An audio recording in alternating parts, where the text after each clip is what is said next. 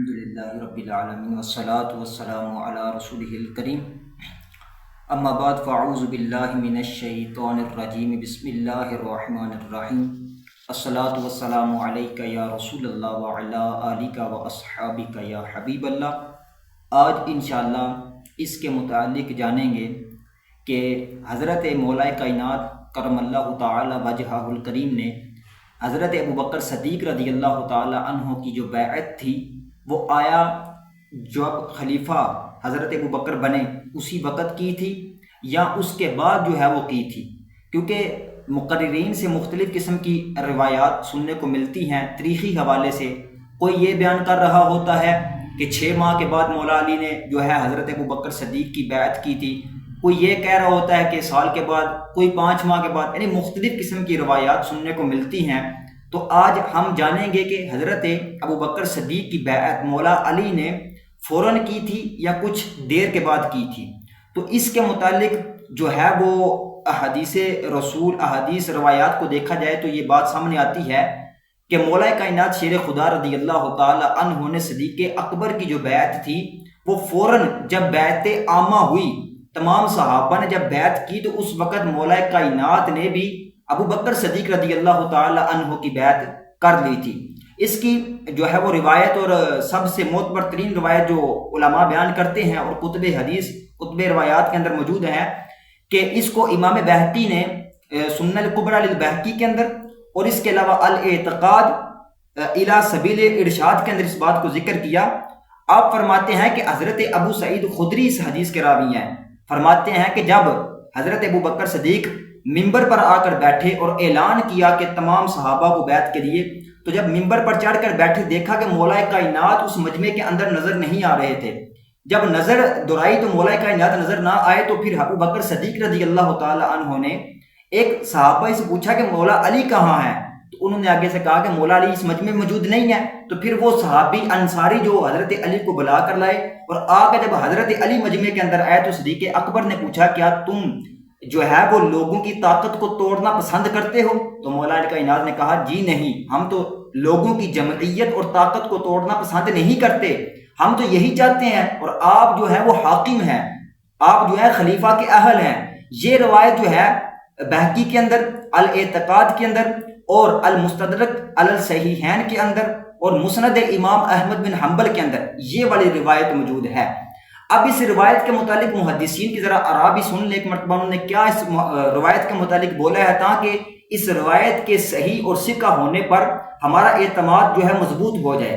سب سے پہلے مستدرک علی صحیحین کے اندر امام حاکم نے اس حدیث کو صحیح قرار دیا۔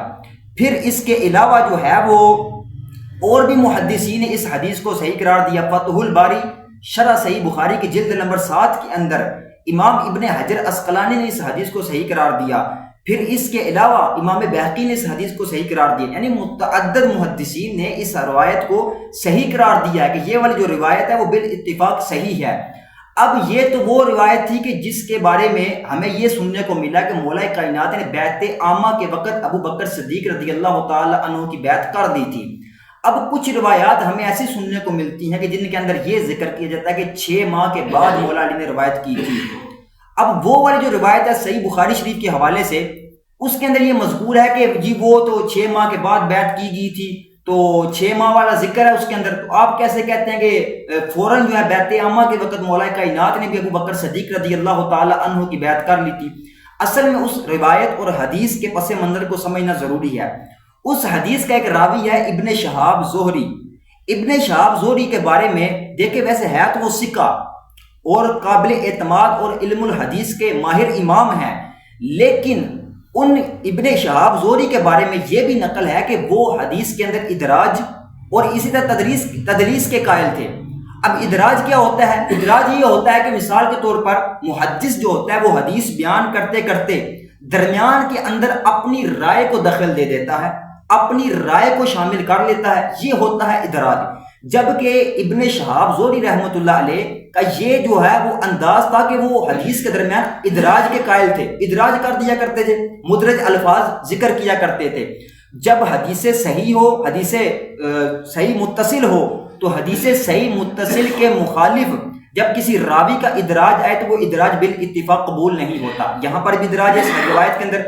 وہ جو روایت ہے جس کے اندر یہ ذکر ہے کہ مولا کائنات نے 6 ماہ کے بعد خلافت ابو بکر کی قبول کی، اس روایت کے اندر امام ابن شہاب زہری کا اپنا ادراج ہے. جب ادراج آ جائے تو پھر جو ہے وہ حدیث صحیح کے جب مخالف میں راوی کا ادراج ہے تو وہ روایت قبول نہیں ہوتی.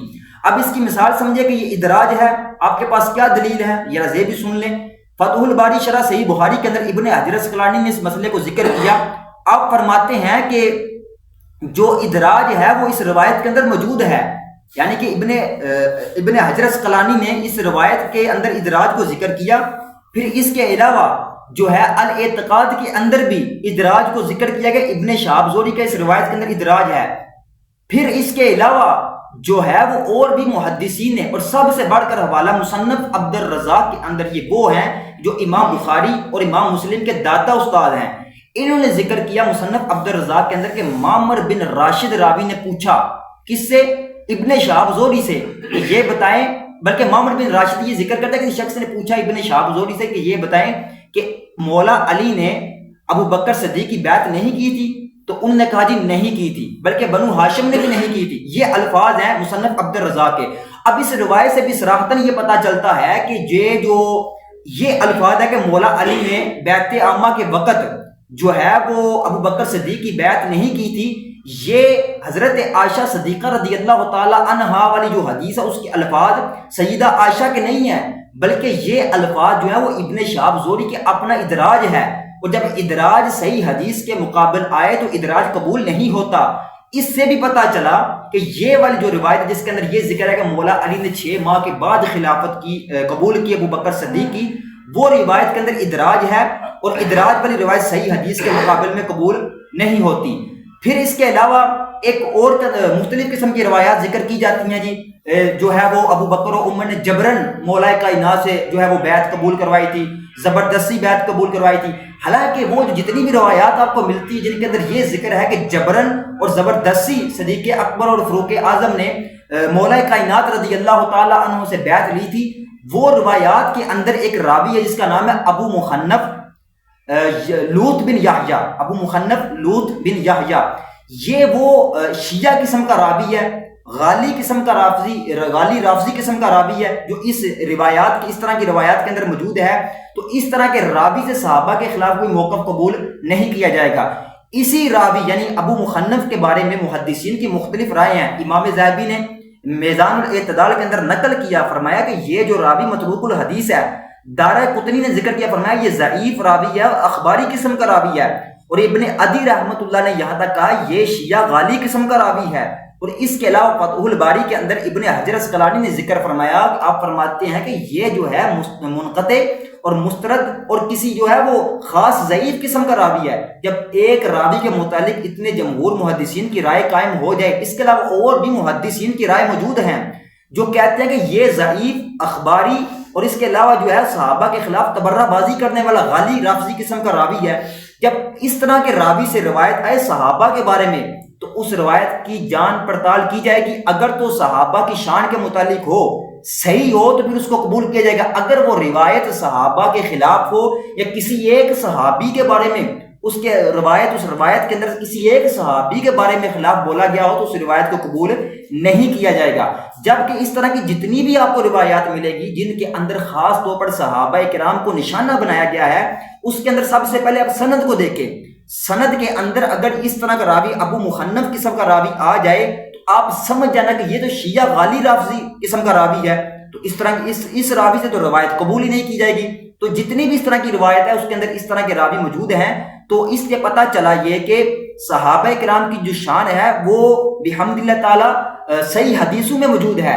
جبکہ یہ والا جو مسئلہ ہے کہ صدیق اکبر کی بیعت مولا علی نے کی تھی اور یہ بیعت عامہ کے وقت 1 دن کے بعد 2 دن کے بعد جو بیعت ہوئی تھی اسی وقت مولا علی نے کر لی تھی. جبکہ 6 ماہ والی جو روایت ہے اس کا یہ جواب تھا کہ اس کے اندر ابن شہاب زہری کا اپنا ادراج ہے، اور ادراج جب صحیح حدیث کے مقابل میں آئے تو وہ ادراج قبول نہیں کیا جاتا. اس سے پتہ چلا یہ جو ابو سعید خدری والی روایت ہے کہ جو بہقی کے اندر الاعتقاد کے اندر مستدرک علی صحیحین کے اندر اور مسند امام احمد بن حنبل کے اندر موجود ہے، ابو سعید خدری رضی اللہ تعالی عنہ اس حدیث کے راوی ہیں.